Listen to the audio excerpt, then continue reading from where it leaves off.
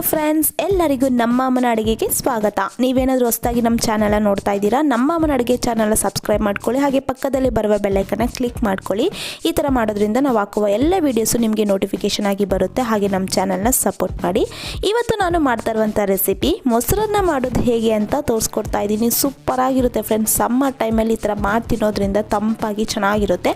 ಇವಾಗ ಮೊಸರನ್ನ ಮಾಡೋದಕ್ಕೆ ಬೇಕಾಗಿರೋ ಇಂಗ್ರೀಡಿಯೆಂಟ್ಸ್ ಇಲ್ಲಿ ನಾನು ಸಾಸಿವೆ ಅರ್ಧ ಟೀ ಸ್ಪೂನ್ ಅಷ್ಟು ತಗೊಂಡಿದ್ದೀನಿ, ಜೀರಿಗೆ ಅರ್ಧ ಟೀ ಸ್ಪೂನ್, ಉದ್ದಿನಬೇಳೆ 1 ಟೀ ಸ್ಪೂನ್, ಕಡಲೆಬೇಳೆ 1 ಟೀ ಸ್ಪೂನ್ ಅಷ್ಟು ತಗೊಂಡಿದ್ದೀನಿ.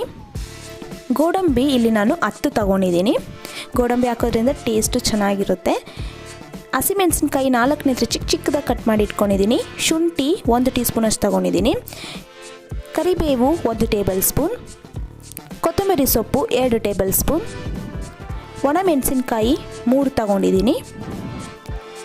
ದಾಳಿಂಬೆ ನಾನಿಲ್ಲಿ ಅರ್ಧ ಕಪ್ಪು ತಗೊಂಡಿದ್ದೀನಿ. ಮೊಸರು ಇಲ್ಲಿ ನಾನು ಅರ್ಧ ಲೀಟರ್ ತಗೊಂಡಿದ್ದೀನಿ, 500 ml ಆಗೋಷ್ಟು. ಹಾಲು 1 ಕಪ್ ತಗೊಂಡಿದ್ದೀನಿ.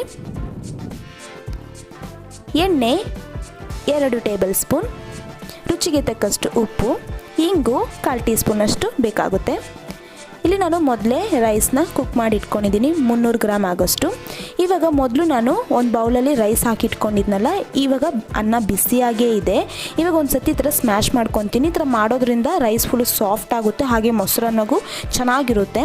ನೋಡಿ, ಇವಾಗ ಈ ಥರ ಎಲ್ಲ ಚೆನ್ನಾಗಿ ಈ ಥರ ಸ್ಮ್ಯಾಶ್ ಮಾಡ್ಕೊಂಡಿದ್ದಾದಮೇಲೆ ಒಂದು ಸತಿ ಈ ಥರ ನಾನು ಮಿಕ್ಸ್ ಮಾಡ್ಕೊತಾ ಇದ್ದೀನಿ. ಈ ಥರ ಗಟ್ಟಿಯಾಗಿ ಈ ಥರ ಏನಾರು ಇದ್ದರೆ ಎಲ್ಲ ಚೆನ್ನಾಗಿ ಬಿಡಿಸ್ಕೊತಾ ಇದ್ದೀನಿ ಅನ್ನನ. ಇವಾಗ ಇದೆಲ್ಲ ಮಿಕ್ಸ್ ಮಾಡ್ಕೊಂಡು ಈ ಥರ ಎಲ್ಲ ಮಾಡ್ಕೊಂಡಿದ್ದಾದಮೇಲೆ ನಾನು ಮೊಸರನ್ನ ಹಾಕ್ಕೊತಾ ಇದ್ದೀನಿ. ಅರ್ಧ ಲೀಟರ್ ಮೊಸರು ಬೇಕಾಗುತ್ತೆ ಇಲ್ಲಿ ನಾನು ತೊಗೊಂಡಿರೋ ರೈಸಿಗೆ. ಇವಾಗ ನಾನಿಲ್ಲಿ 1 ಕಪ್ಪು ಹಾಲು ತೊಗೊಂಡಿದ್ನಲ್ಲ, ಅದರಲ್ಲಿ ಅರ್ಧ ಕಪ್ ಹಾಲು ಹಾಕ್ಕೊಂಡು ಒಂದು ಸತಿ ಮಿಕ್ಸ್ ಮಾಡ್ಕೊತೀನಿ.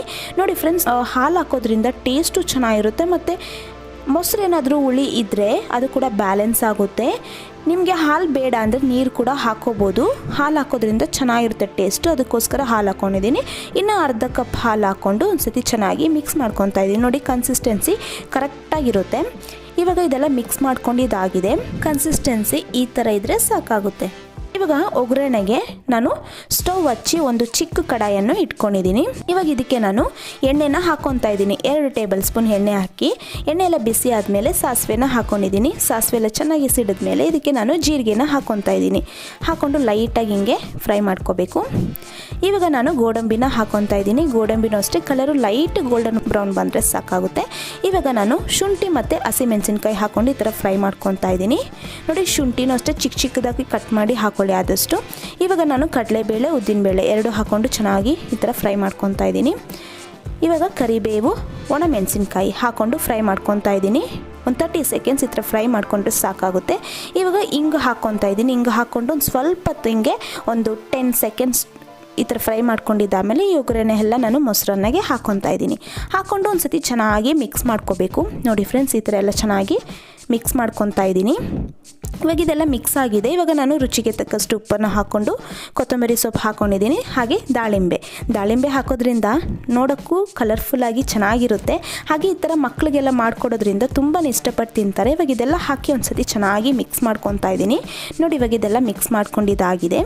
ನೋಡಿ ಫ್ರೆಂಡ್ಸ್, ಇವಾಗ ಮೊಸರನ್ನ ಎಲ್ಲ ರೆಡಿಯಾಗಿದೆ. ನಾನಿವಾಗ ಸರ್ವಿಂಗ್ ಬೌಲಲ್ಲಿ ಹಾಕ್ಕೊತಾ ಇದ್ದೀನಿ. ನೋಡಿ, ಎಷ್ಟು ಚೆನ್ನಾಗಿದೆ ಅಲ್ವಾ? ನೋಡೋಕ್ಕೆ ಎಷ್ಟು ಚೆನ್ನಾಗಿದೆ, ಟೇಸ್ಟ್ ಕೂಡ ಅಷ್ಟೇ ಚೆನ್ನಾಗಿರುತ್ತೆ. ಸೂಪರಾಗಿರುತ್ತೆ. ನೀವು ಕೂಡ ಮನೇಲಿ ಒಂದು ಸತಿ ಟ್ರೈ ಮಾಡಿ. ಸಮ್ಮರ್ ಟೈಮಲ್ಲಿ ಈ ಥರ ಮಾಡಿ ತಿನ್ನೋದ್ರಿಂದ ತಂಪಾಗಿರುತ್ತೆ, ಹಾಗೆಯೇ ಚೆನ್ನಾಗಿರುತ್ತೆ. ಮಕ್ಕಳಿಗೆ ನೀವು ಟಿಫನ್ ಬಾಕ್ಸಿಗೆಲ್ಲ ಮಾಡಿಕೊಡ್ಬೋದು ಈ ಥರ. ಹಾಗೆ ಉಪ್ಪಿನಕಾಯಿ ಜೊತೆ ಅಂತೂ ಸೂಪರಾಗಿರುತ್ತೆ. ಈ ವಿಡಿಯೋ ಇಷ್ಟ ಆಗಿದ್ದರೆ ಲೈಕ್ ಮಾಡಿ, ಶೇರ್ ಮಾಡಿ, ಸಬ್ಸ್ಕ್ರೈಬ್ ಮಾಡಿ. ವಿಡಿಯೋ ನೋಡಿರುವ ಎಲ್ಲ ವೀಕ್ಷಕರಿಗೂ ಧನ್ಯವಾದಗಳು.